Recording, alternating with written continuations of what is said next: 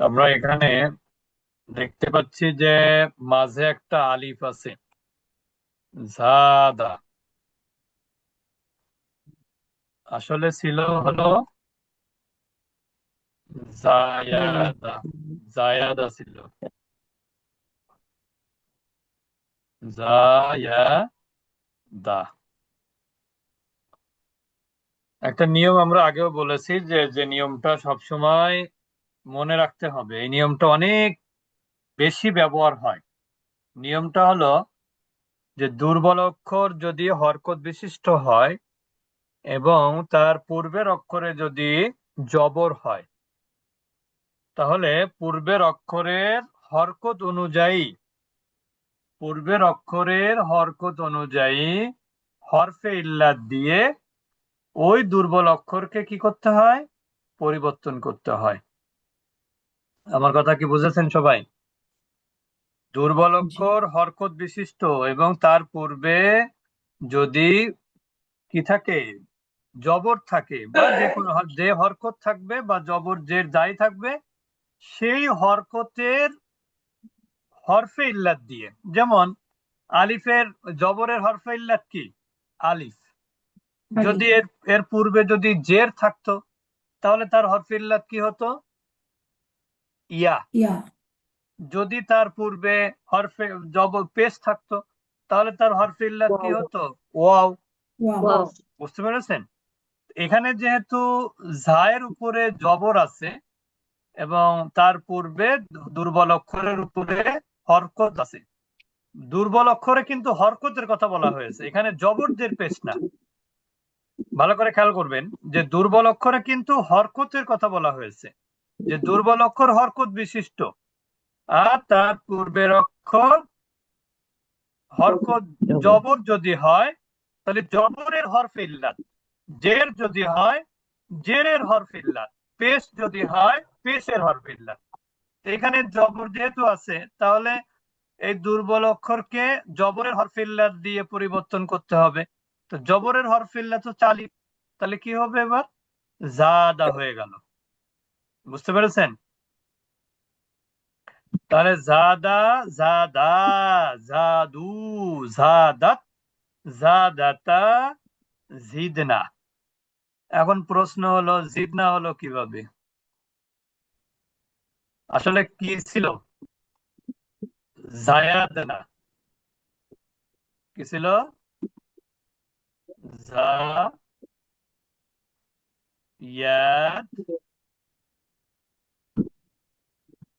না। লিখতেও সমস্যা হচ্ছে, জায়াদনা ছিল। তাহলে এখানে ওই নিয়মে চলে আসি আমরা। ইয়া হরকত বিশিষ্ট, তার পূর্বে কি আছে? জবর। জবর আছে। জবর আছে। তাহলে এখন কি আনতে হবে? হরফিল্লাত আলিফ। আলিফ। আলিফ আনতে হবে। আলিফ। তাহলে এবার কি হলো? জাদ না হলো? কি হলো? জাদ না, তাই হলো না? হুম। জি। এখন মনে রাখবেন সবসময় একটা কথা, আলিফ কিন্তু কখনোই খালি না। যে আলিফটাকে আপনি খালি মনে করছেন, ওই আলিফটা সবসময় সাকিন বিশিষ্ট। কি বললাম? খালি আলিফের উপরে কি থাকে? সাকিন থাকে, সাকিন। সাকিন। খালি আলিফে জের থাকে না, খালি আলিফে জবর থাকে না, খালি আলিফে পেশ থাকে না, খালি আলিফে থাকে সাকিন। তাহলে এবার দেখেন, তা আলিফও সাকিন, দালও সাকিন, পাশাপাশি যদি দুইটা অক্ষরে সাকিন থাকে, তাহলে কোন অক্ষরটা বিলুপ্ত করতে হয়? যে অক্ষরটা দুর্বল। যে অক্ষরটা দুর্বল। আমার কথা বুঝেছেন সবাই? জি পাশাপাশি আছে। দুইটা অক্ষরে যদি সাকিন থাকে, তাহলে একটা দুইটা সাকিন থাকলে তো পড়তে পারবেন না আপনি। এই জন্য নিয়ম হলো কি, দুর্বল অক্ষরের সাকিনটাকে বিলুপ্ত করে, দুর্বল অক্ষরটাকে বিলুপ্ত করে দিতে হয়। এবার দেখেন, তাহলে এখানে আমি যদি বিলুপ্ত করি, কাকে বিলুপ্ত করব? আলিফ। আলিফকে বিলুপ্ত করব। আলিফ বিলুপ্ত করে দিলাম। এখন কি হলো? জাত। জাত না হলো। এখন এখানে যে একটা দুর্বল অক্ষর ইয়া আছে, সেইটা কিন্তু আপনাকে বুঝতে হলে এখানে একটা নমুনা রাখতে হবে না? হুম, আপনি এখানে দেখলে কি জি বুঝতে পারবেন যে এটা দুর্বল অক্ষর ছিল? এখানে কোনো নমুনা আছে, এখানে সাইন আছে কোনো? না। নেই। কোনো সাইন কিন্তু নাই। তাহলে কি হলে বোঝা যেত যে এখানে দুর্বল অক্ষর আছে? ছিল ইয়া, জের জের জের। থাকলে। যদি এখানে দুর্বল অক্ষর আলিফ থাকতো তাহলে জবর দিলে বোঝা যেত। এখানে যদি দুর্বল অক্ষর ওয়াও থাকতো তাহলে এখানে পেশ দিলে বোঝা যেত। ঠিক না? আমার কথা বুঝেছেন সবাই?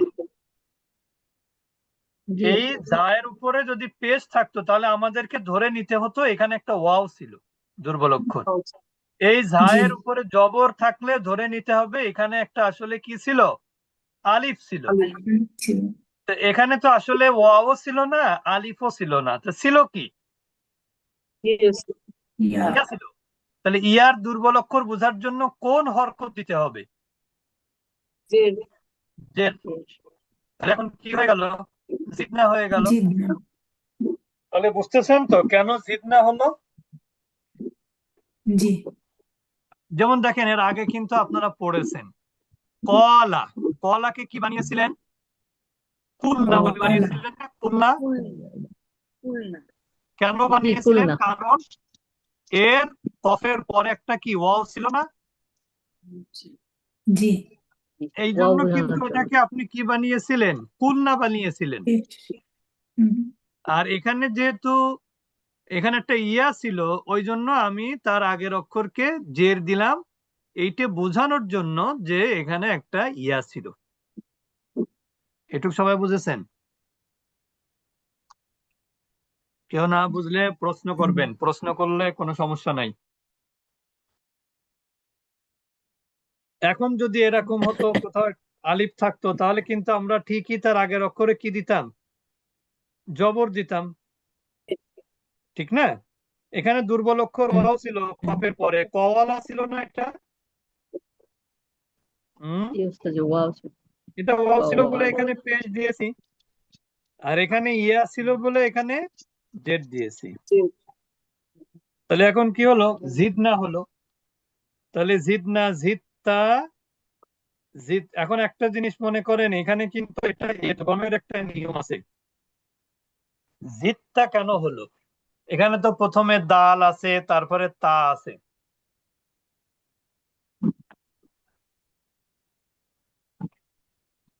এটার কারণ কি? এটার কারণ হলো, এটাকে বলে ঈদগম। এটাকে কি বলে? ঈদগম। ঈদগম, এটা একটু ভালো করে খেয়াল রাখবেন। ঈদগম কিন্তু কয় প্রকার? ঈদগম তিন প্রকার। ঈদগম হলো কয় প্রকার? তিন প্রকার। একটা হচ্ছে ঈদগমে মিসলাইন।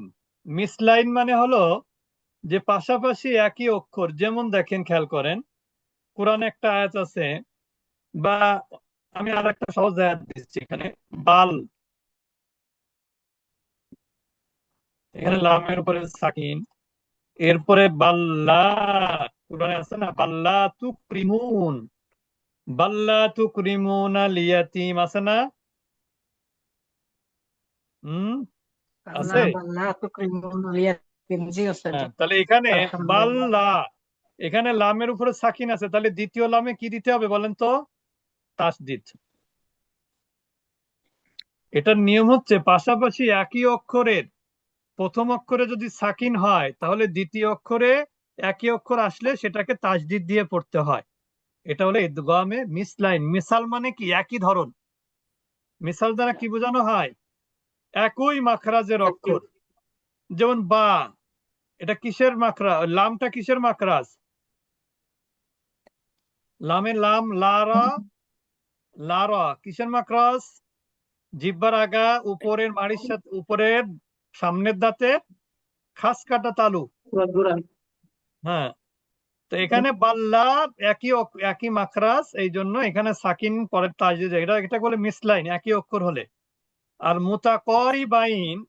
মুতাকরিবাইন মানে হচ্ছে কাছাকাছি। যেমন যদি কোনো জায়গায় কফ থাকে সাকিন, তারপরে যদি কাপ থাকে, তাহলে কফটা পড়া হয় না, কি পড়া হয় জানেন? কাপটাকে পড়তে হবে। যেমন কোরআনে আছে না, নাখলুকুম, নাখলুকুম, তাহলে কফ হরফ, কাফ হরফের মধ্যে কি হওয়া? ইদগম হওয়া। যেমন লাম, লাম অনেক সময় লাম এবং র যদি পাশাপাশি থাকে, প্রথমে লাম পরেরটা র, তাহলে কিন্তু লামটা পড়া হয় না, কি পড়তে হয়? রটাকে পড়তে হয়। যেমন কোরআনে আছে না, কুর রব্বি, বানান দেখেন, কপলাম পেশ কুল, তার পরেরটা কিন্তু র, তাহলে ওই লামে সাকিন রতে তাজদিদ হওয়ার কারণে এটা একটার সাথে আরেকটাকে কি করতে হলো? ইদগম করতে হয়েছে। এটাকে বলে ইদগমে মুতাকরিবাইন। আর আমরা এখন যেখানে আছি, জিত্তা, এইটা হলো ইদগামে মুতাজানিসাইন। অর্থাৎ যদি কোথাও তা থাকে, ভালো করে খেয়াল করবেন, কোথাও তাতে যদি সাকিন থাকে, তাহলে তার পরে দালটাকে তাজদিদ দিয়ে কি করতে হয়? ইদগম করতে হয়। তার বিপরীতে যদি কোথাও দালে সাকিন থাকে, তারপরে যদি তা থাকে, তাহলে আবার কি করতে হয়? তাতে তাজদিদ দিয়ে ইদগম করতে হয়। এটাকে বলে ইদগামে মুতাজানিসাইন। সবাই বুঝেছেন? তাহলে এটা হচ্ছে দাল এবং তা পাশাপাশি থাকলে এটাকে কি ধরনের ইদগম বলে? ইদগামে মুতাজানিসাইন। সবাই বুঝতে পেরেছেন? মুতাজানিসাইন। তো এই মুতাজানিসাইন হওয়ার কারণে এখানে জিত্তা হয়ে গেছে, দাল কিন্তু আর পড়া হবে না। কোনটা পড়তে হবে? তারকে পড়তে হবে। জিত্তা, জিত্তুমা, জিত্তুম, জিত্তি, জিত্তুমা, জিত্তুন্না, জিত্তু, জিদেনা। জিদনা, তাহলে জিদনা। সবাই বুঝেছেন তো, যে দাল এবং তা যদি পাশাপাশি থাকে, দালে যদি সাকিন হয়, তাহলে তাতে কি করতে হবে? তাজদিদ দিয়ে ইদগম করতে হবে। এবং তার উল্টা ক্ষেত্রেও একই নিয়ম, যদি তাতে সাকিন থাকে, তারপরে দালে যদি তাজদিদ থাকে, তাহলে কিন্তু ওই তা পড়া হবে না। কোনটা পড়তে হবে? দালকে পড়তে হবে, অর্থাৎ তখন ইদগম করতে হবে এইভাবে। সবাই বুঝেছেন? তাহলে এটা হচ্ছে ইদগমে, কি বললাম? মুতাজানিসাইন, ইদগমে। তাহলে ইদগামে মিসলাইন, একই হরফ পাশাপাশি, ইদগামে মুতাকরিবাইন পাশাপাশি মাখরাজ, আর ইদগামে মুতাজানিসাইন মানে একই মাখরাজ থেকে তার মধ্যে দাল তা হয়ে যায়, তা দাল হয়ে যায়। বুঝতে পেরেছেন? মানে পরেরটা উচ্চারণ করতে হবে ওস্তাদ জি। হ্যাঁ হ্যাঁ, সবসময় যেটা পরেরটা থাকবে পরের তাজদিদ দিয়ে ইদগাম করতে হবে। যেমন যদি তা এবং ত পাশাপাশি থাকে, তাহলে তাটা না দাল পড়ে তা হয়ে এর যায়, মধ্যে এবার পড়তে হবে, দাল তাটা ত দাল হয়ে পরে যায়। যেটা থাকবে ওইটা উচ্চারণ করতে হবে। হুম। যেমন সার পরে যদি জাল থাকে, একই মাখরাজ না, সা দা জ, তা সা থাকলে কি করতে হবে? জাল পড়তে হবে, সা পড়া যাবে না। ঠিক একই ভাবে যদি জাল থাকে, তারপরে যদি জ থাকে, তাহলে জাল বাদ দিয়ে জ পড়তে হবে। এটাকে বলে ইদগামে মুতাজানিসাইন। যারা মাখরাজ পারেন তাদের জন্য এটা সুবিধা। আমরা যেমন মাখরাজ পড়েছি, জিহ্বার আগা, উপরের দাঁতের আগা, সা দা জ, ওইগুলো কিন্তু এই তিনটা অক্ষরের ক্ষেত্রে এই নিয়ম। ঠিক একইভাবে তা দা ত, এই তিনটার ক্ষেত্রে একই নিয়ম। বুঝতে পেরেছেন? তা এইটা হচ্ছে ইদগামে মুতাজানিসাইন। তো আমরা আজকে বেশি পড়ালাম না, যেহেতু আজকে অনেকেই এই ক্লাসের কথা ভালোভাবে জানে না। আমাদের শনিবারে ক্লাস আজকে শুরু হলো, তা আমরা এই শুধু অতীতকালীন ক্রিয়াটা পড়া দিলাম। আমরা রেকর্ডটা গ্রুপে দিয়ে দিব, আপনারা ভালো করে পড়ে আসবেন। কালকে ইনশাল্লাহ আমরা মুদারে শুরু করব। আর মাদিটা আমরা কিন্তু জিজ্ঞেস করব অন্য ক্রিয়া দিয়ে। ঠিক আছে সবার? তো আমরা একটু দোয়া পড়ে শেষ করব। সুবহানাকাল্লাহুম্মা ওয়া বিহামদিকা নাশহাদু আল্লা ইলাহা